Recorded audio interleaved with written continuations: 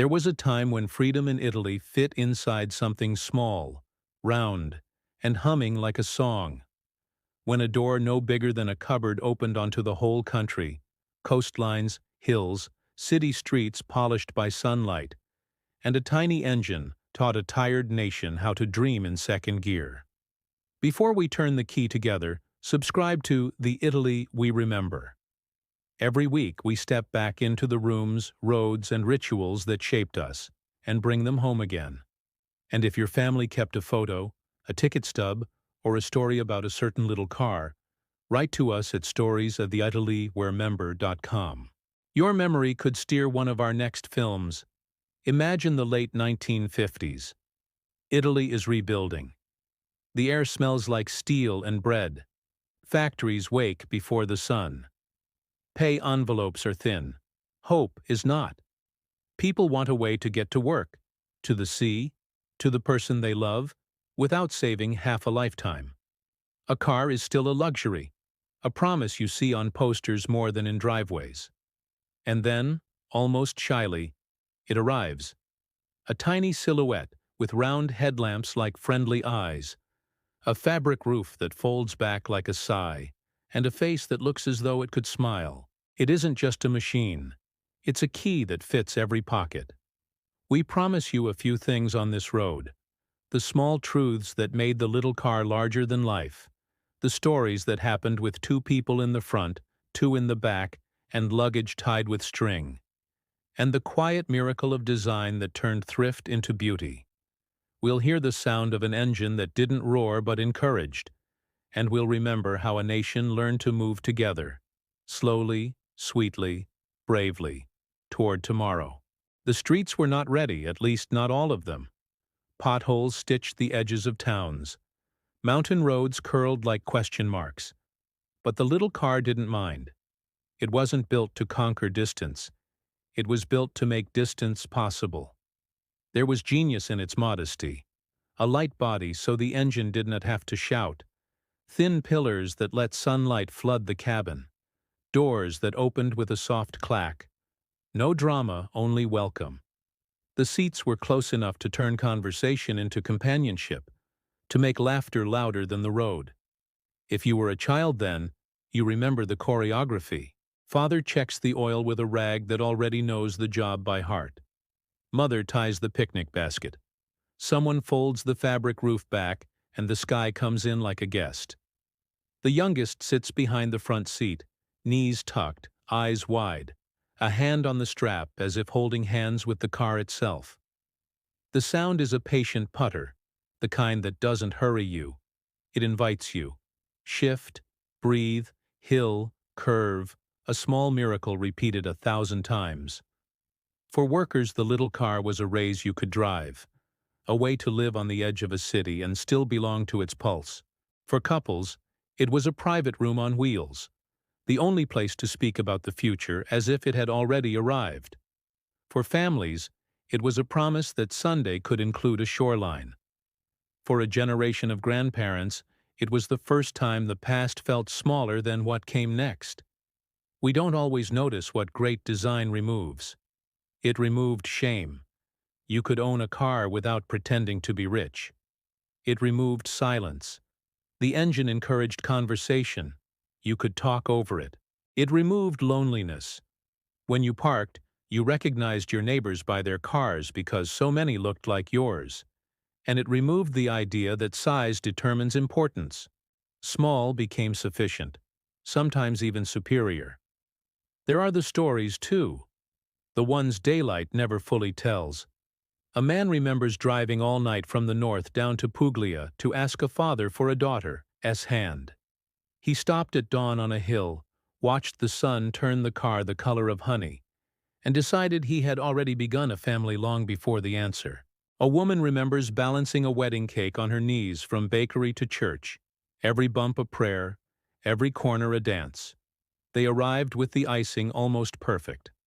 The little car did not apologize for being small. It taught people to be careful with what they loved. What made this possible wasn't just romance. It was a simple, stubborn faith in the useful. Fuel that cost a little. Parts that forgave mistakes. a hood that opened like a book you could actually read. Many owners learned the language of wrenches not because they were mechanics, but because the car allowed it, tolerated a clumsy hand, rewarded patience. A clothespin on a fuel line to limp home, a spare fan belt tucked near the jack, a spark plug carried like a talisman. These weren't failures. They were folklore. The little car collected stories the way children collect seashells, one for every road. There were limits, of course. The back seats taught compromise. Hills asked for planning. Summer heat encouraged open roofs. Winter encouraged blankets.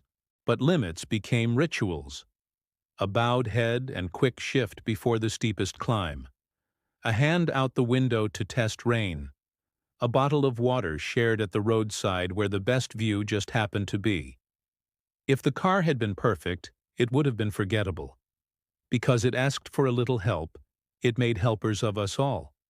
We loved the way it looked parked under washing lines, or beside a stone wall with a cat on the hood watching the afternoon pass. We loved its colors, cream, pale blue, bottle green, that matched the country's palette of courtyards and kitchens. We loved the way it fit into alleys older than cars, how it slipped under balconies and past doors with iron knockers, how it took a corner like a polite bow. The car didn't try to impress the city. It fit the city like a dear guest who knew where everything was kept. Then there were the vacations. 4 people, sometimes 5, sometimes someone's cousin for the first 50 kilometers. A map folded like origami, a radio that cut out under bridges, an orange wrapped in paper for each person, and the knowledge that the sea was not on television anymore. It was coming closer with every curve. The smell inside was always the same. Warm vinyl, petrol, sun cream, and the hopeful tang of the air where you were going. On the way home, sand in the footwells was proof the world had let you borrow a piece of it. What did this little car mean for Italy? It democratized distance and made Sunday belong to everyone. It turned factory shifts into holidays in waiting. It taught thrift that didn't feel like punishment. Use less, go farther, share more. It reassured a country that modernity didn't have to be loud. It could be gentle, even a little shy. And it made design a friend, not a stranger. People trusted an object because it seemed to trust them back. We ask ourselves, in a world that sprints, what have we lost by arriving faster? Have we misplaced the part of travel that is simply being together with time? Do engines that whisper too well make it harder to hear each other? Do roads that ask nothing give us nothing to remember? The little car answers without speaking. It points to photographs where everyone is slightly squinting and the horizon looks like a promise. It points to hands on a small steering wheel that looks like a halo. It points to faces lit not by screens but by open roofs. Here's the heart of it. The moment when memory and motion meet. On a late summer evening, a family pulls off at a hill above a town. The engine ticks as it cools. The fabric roof is still warm. The father places the last slice of bread in the youngest hand. The mother leans back and listens to a cricket she can't see. The town lights come on all at once, as if the valley remembered its own name. The child stands on the seat, holds the headrest, and looks out the open top as if the sky were a window. In that frame, the car is not a vehicle. It is a room where love happens to be moving. Today, restored with care, or found sleeping under old blankets, the little car still pulls more than just its own weight. It pulls a smile from strangers. It pulls a story from anyone over a certain age. It pulls photographers to their knees and children toward the door handles. We keep them alive not because they are practical, though some still are, but because they are truthful. They tell us that small can be great, that slow can be rich, that design, when it is kind, can be a form of affection. We can bring parts of that world back, not by pretending the past was perfect, but by remembering what it perfected, the art of enough. We can drive with the window open and the radio low. We can leave earlier and arrive with stories. We can choose a route that curves because the view does. We can tie the extra bag with string and call it secure because someone checked the knot with love. And when the engine asks for a little patience, we can give it, and in return, it will give us back a country measured not in kilometers, but in moments. If this journey sounded like your grandfather's laugh on a hill road, or like your mother's hand on the dashboard at a sudden stop, tell us. Share your photo, your plate number, your map with the pencil line that led to the best day. Write to stories@vitaliwheremember.com, and we might let your memory drive the next episode. In the comments, tell us where your little car took you. The first beach, the first kiss, the first time you felt the future open like a fabric roof. Subscribe to The Italy We Remember, so these engines keep starting when the world forgets how. Next time, maybe we'll take the road into old Rome at dawn, when every stone, every horn, and every echo turns the city into a film. Or we'll visit the workshops where hands that once built tiny cars now restore them like prayers. For now, leave the keys on the table just for a moment.